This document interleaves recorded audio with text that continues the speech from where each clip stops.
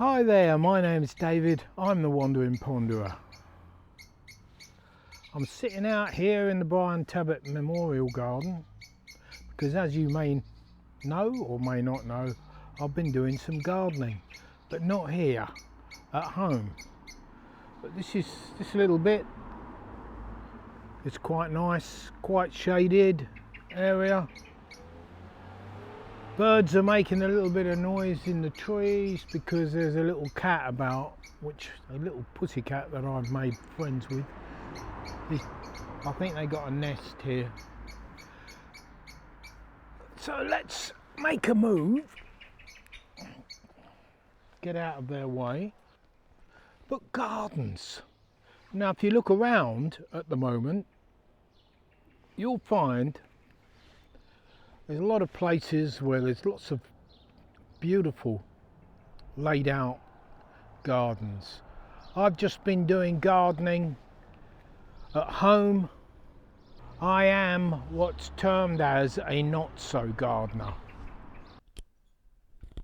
While I was mowing my lawn, it got me thinking, how did they cut the grass back in the day before lawn mowers?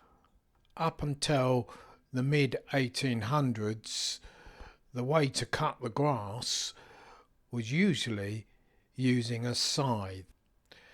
The lawnmower was invented in 1830 by Edwin Beard Budding of Stroud, Gloucestershire. Budding's mower was designed primarily to cut the grass on sports grounds and extensive gardens as a superior alternative to the scythe.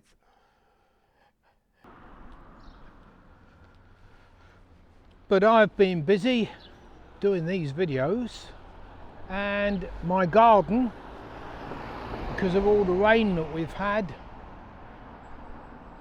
so much rain that it's even on the sunny days the grass is wet, you can't mow the lawn and the grass grows. I thought I would have a look at what gardens were like back in history. But the Romans were known for a bit of gardening,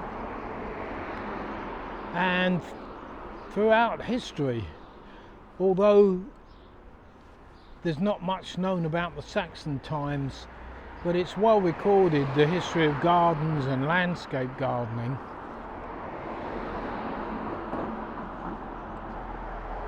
But it's amazing, there are so many places in Coggeshall that are unseen to a visitor's eyes. You don't see them normally. A place like this little house here, look, that's where my finger is now. This one, with the Pegasus on the front. Tiny little garden, lots of ivy. I've been dealing with ivy.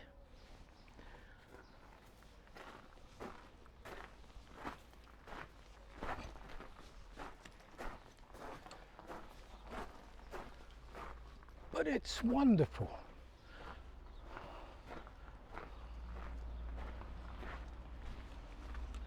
And this is what it looks like from the front as you drive by. Put another picture up. It's been up for sale. The name of this place is the Old Lace Shop. I would imagine it is definitely a shop that sold lace. Coggeshall was known for what was called the Coggeshall lace, and there were lots of cottage industries around Coggeshall where ladies would, in their homes, be making the lace. That in itself is another video. We just touched on it here. But I want to take you up the road here to have a look at another house, another hidden wonder in Coggeshall.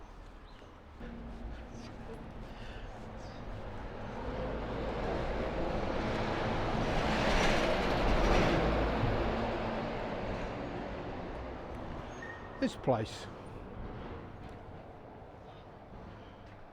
Petit's Walk, down here, lovely blue flowers here,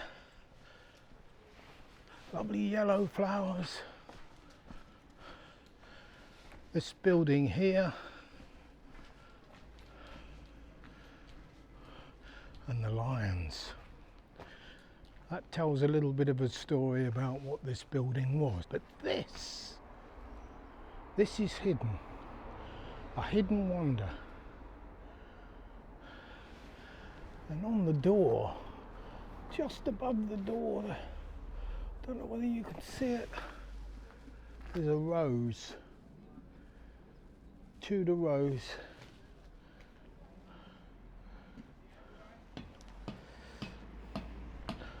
What was down here, these are all pre-existing buildings that are in the overhead shots from an aircraft in 1925. If you get a bird's eye view that the birds would see, courtesy of Google Earth, we can see the satellite image of Petit's Walk. There are 1925 era aerial photographs of the town back in the day, and looking at those you get an idea of how bunched up the houses actually are. We're going to have a fly over the town, nice little musical interlude, and just have a nose around and see what it was like back in the day.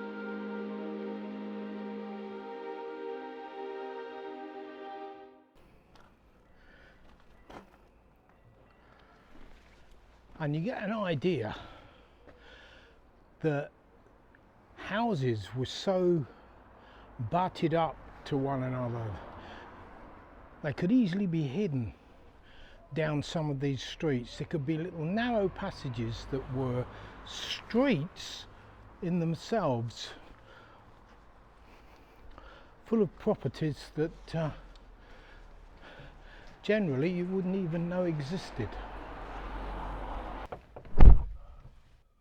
When we look around the town in the photographs, you can see examples of the sort of overgrowth that I had to deal with. There's a house up by the church that was overgrown with ivy growing up there. Ivy, if it's left to just grow, gets so heavy it starts to tear the building apart. So you have to keep, if you have ivy, you have to keep it maintained. Or you have to have a trellis for it to climb up to help take the weight, because it will get very heavy.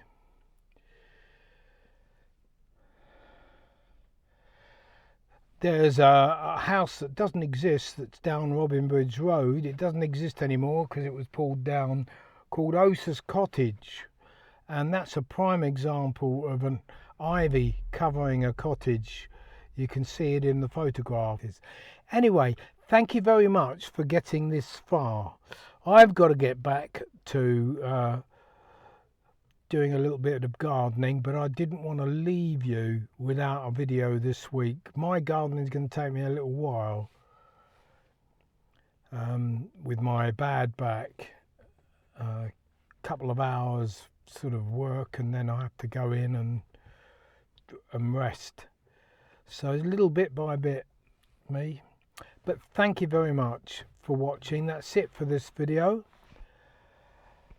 As always, and give it a thumbs up, and I will see you in another video, hopefully next week. Stay safe.